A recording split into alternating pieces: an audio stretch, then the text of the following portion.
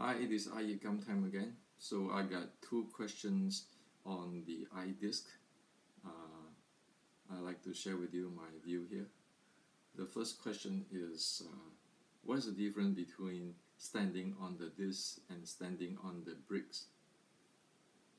Okay, well, the very basic key difference is on the disc, if you stand on the disc doing the Wing Chun, one will be forced to face one's instability, and in the same time facing with how to coordinate the full body while practicing the techniques. So it is like a helicopter. If we make an analogy, the helicopter need to maintain its stability and be able to fly in the direction you want to go. Okay, that is very different than you stand on the bricks, where you can do anything you like without having to concern about your stability. Okay, and you can grab the ground and so forth, so forth. So that's the difference. And say, for example, in the brick, you can stand there and you say, "Well, I will use my Dan Tian to press, to push, to generate power." But well, when you stand on the disc, can you do that without concern about the stability and the coordinations of the full body? You can. Okay, you have to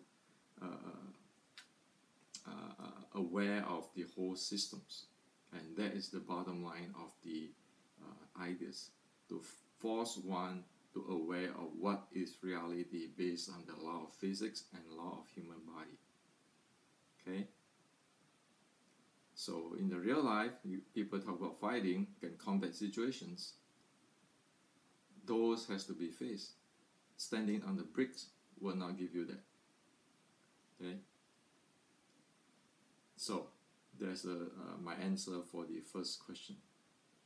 The second question is, why do we need to waste our time on the disc while we could just get a partner to do a pressure testing, real life pressure testing? Well, the so-called get a partner for real life pressure testing is actually very subjective stuff. Think about it. If your partner is a P.V. Herman versus your partner is a Mike Tyson, what kind of result are you going to get? If you can stand this pressure from P.V. Herman, are you going to be able to stand Mike Tyson? See, whatever we cannot measure objectively, we cannot improve.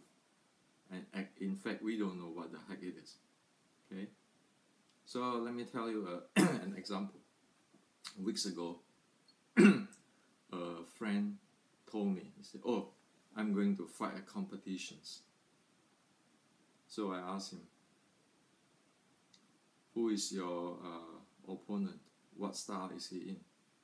The second, what is your strategy? The third is, have you conditioned so that your strategy works? So what does it mean? First, you need to know what it is, because you're solving an issue. Okay, this is what I tell him. The second thing is, say if you want to go, your strategy is go close to his body. You need to know whether your force flow in close body works or not. If you never train in the close body force flow and you want to take a strategy, go close to him to actually jam his long distance punch, those are really not likely to get happen. And if you don't know about who you're going to compete with, you don't know the strategy, and you don't know your own conditioning, your own development, and you say, "Well, I just stand there and then I just going to take his center line." I said, "Well, that's just fantasy." Okay, you need to have a solid operations procedure. You just go inside there, take him out. That's what I tell him. Okay, maybe because I'm an engineer, so I think this way. Okay, and another thing is that when people talk to me about this pressure test and get a partner, I also tell them an example, an analogy. I say, you know what? Make sure you know, are you a Yugo 3-cylinder or you a Porsche 911? If you think you can race a Porsche 911 while you are a Yugo 3-cylinder, then good luck. Because while you try to accelerate, you get a dead engine right away there. Okay? So, pressure tests and partner pressure tests, one need to know exactly what one's engine, like this Yugo versus 911, and then the skill. Also, as the example, one need to know what is the strategy going in and what is the conditions of one's body or one's techniques or one's engine. Without that, what is those fighting PV and fighting Mike Tyson is about? It's not a movie. You cannot just make a movie, say I'm going to fight Mike Tyson and win in the movie. Or this boxer librarian guy thinking, oh, I have Qigong, my body can anti-bullets. Do you know what is the accelerations of bullets to hit when it hit your body?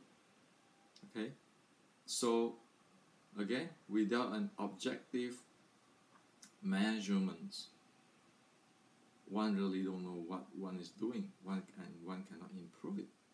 Okay, and again, because I'm an engineer, I don't believe in those subjective stuff. It has to be objective.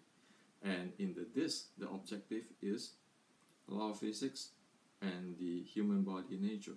Can that very basic thing be satisfied? If you cannot be satisfied, forget about it. Sure, you can go pressure test with a PV Herman and you can beat him. But what if you meet Mike Tyson or half as good as Mike Tyson? Okay. So technically, seriously, on the disc, since yesterday I talked about the force flow. Force flow, the definition of it is just not strength on and off, but have the handling of action-reaction force. The time of the action timing, okay, and the sequence of the balls. So in other words, the time or how to time the action, okay. It's like the medicine where you can time that it is going to active on the 1 minute, 2 minutes, or 10 hours later. Okay.